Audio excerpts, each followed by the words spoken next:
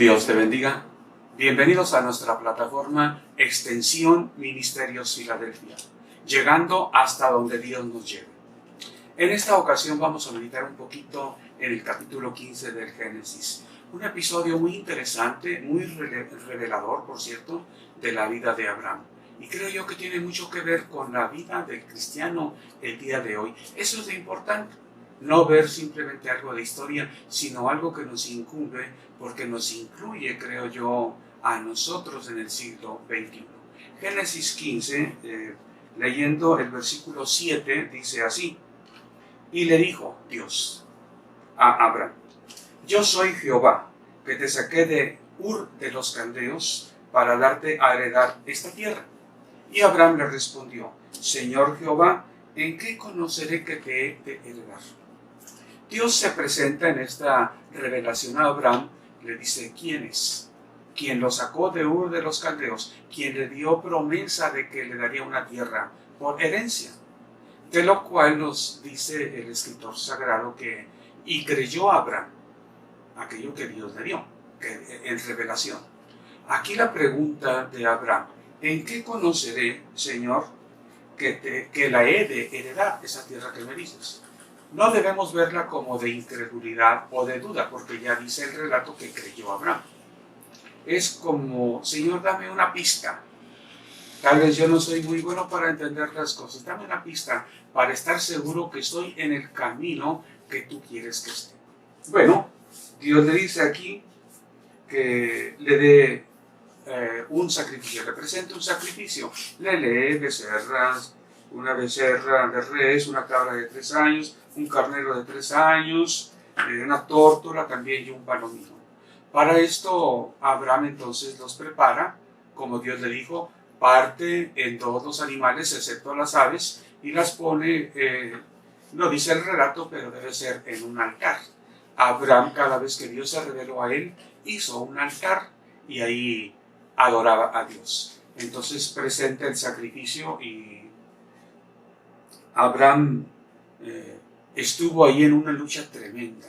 Dice que aves de rapiña venían y querían devorar el sacrificio que Abraham presentaba a Dios. Abraham entonces estuvo ahí pues espantándolas, pero se alargó el tiempo. Como que es un poquito extraño este suceso, un poquito extraño.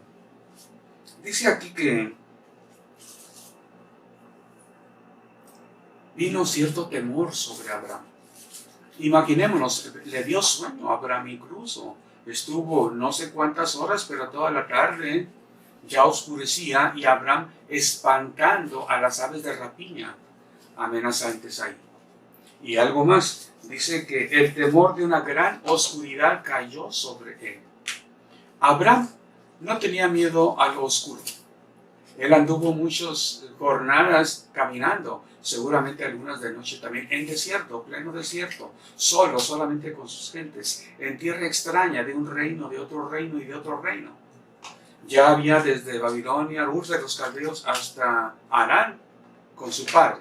Y ya después él, con Lot y su esposa, bajando hasta todo el territorio de lo que hoy es Israel, y después hasta Egipto. Él no le tenía temor a la autoridad, ni a la soledad, ni a la noche.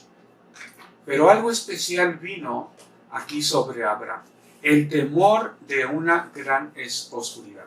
No el temor del oscuro, de una gran oscuridad. ¿Qué implica? Aquí habla de algo espiritual, tinieblas, algo fuerte para él.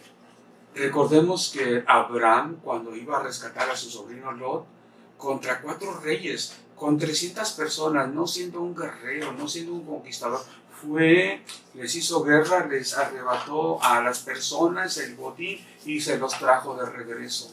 Abraham no podía tener temor de la noche. Bueno, entonces, pero sí de algo especial que hubo. Recordemos que los sacrificios que se presentaban a Dios, tan pronto como se ponían en el altar, si era como Dios los pidió, fuego del cielo los consumía en señal de aceptación del sacrificio. ¿Por qué demoró Dios en aceptar este sacrificio? Bueno, este sacrificio yo lo veo diferente. No es simplemente que Abraham debe presentar adoración a Dios, sino que Dios le va a hablar a través de este acontecimiento. Abraham está presto para presentar sacrificio, pero hay la amenaza, las aves que lo quieren devorar, el sueño que cae, una pesadez tremenda. Bueno,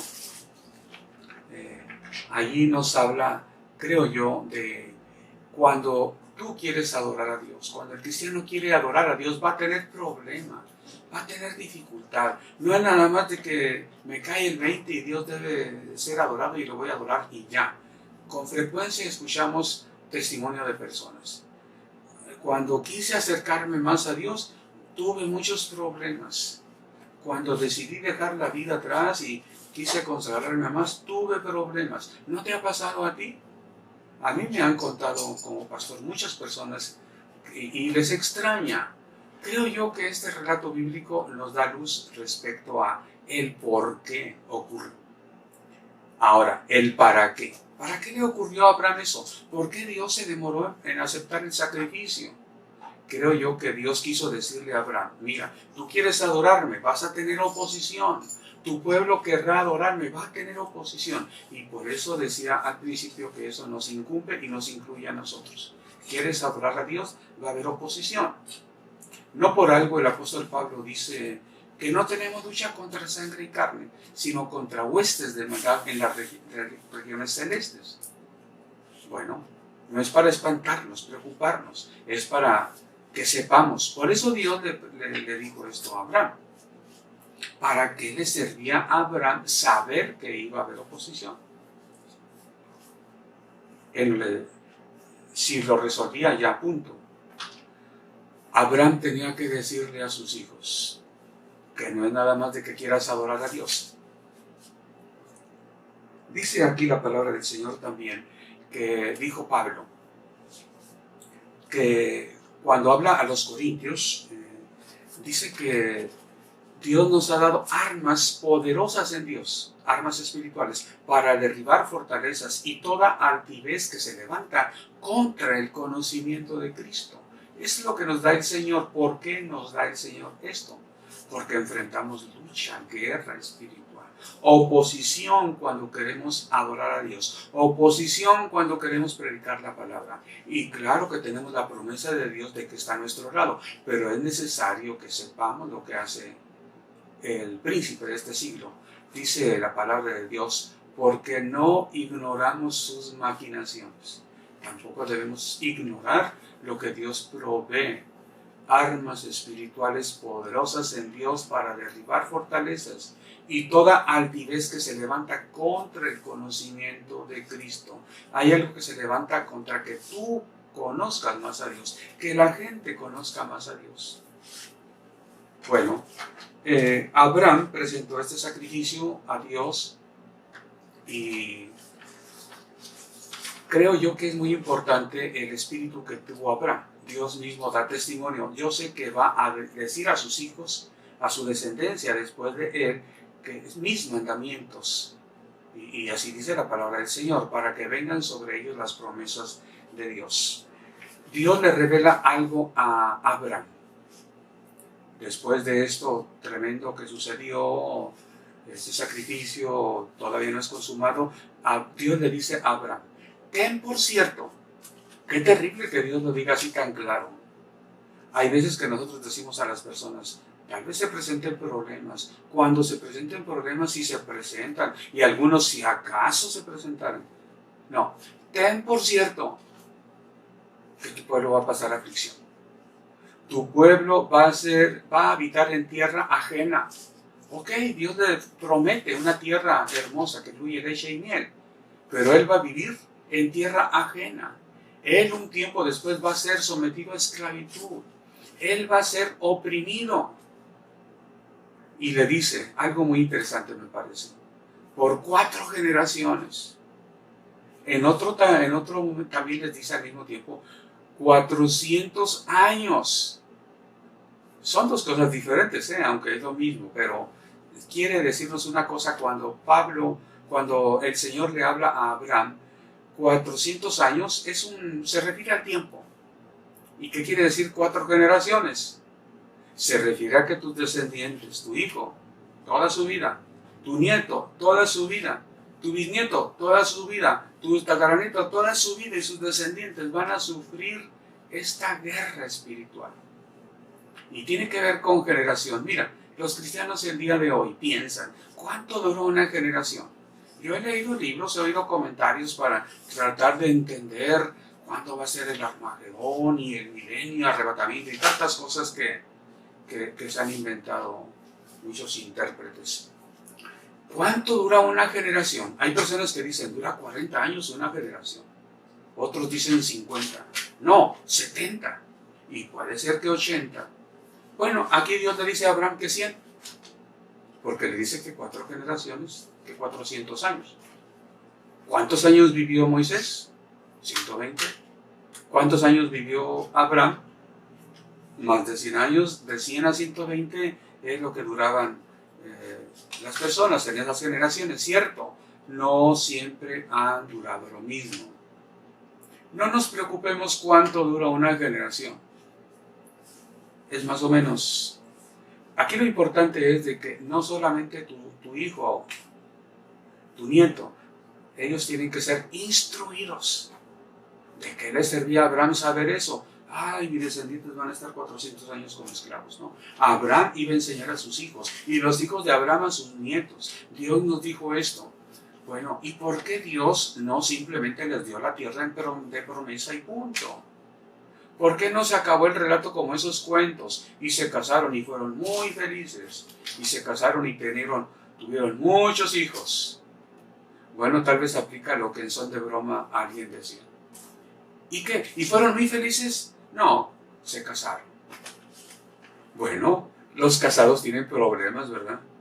El pueblo de Dios tiene problemas, el cristiano tiene problemas. Por eso las promesas de Dios, por eso las armas espirituales poderosas. Es importante que sepamos que el cristiano enfrenta problemas aun cuando vamos a adorar a Dios. Y ahora que yo quería consagrarme más, dicen las personas, y ahora que yo quería dar el diezmo, tuve problemas. Sí, claro que sí. Siempre vas a tener problemas cuando quieras adorar a Dios. Pero Dios tiene promesa para nosotros, y para nuestros hijos, y para los nietos, y para nuestros bisnietos.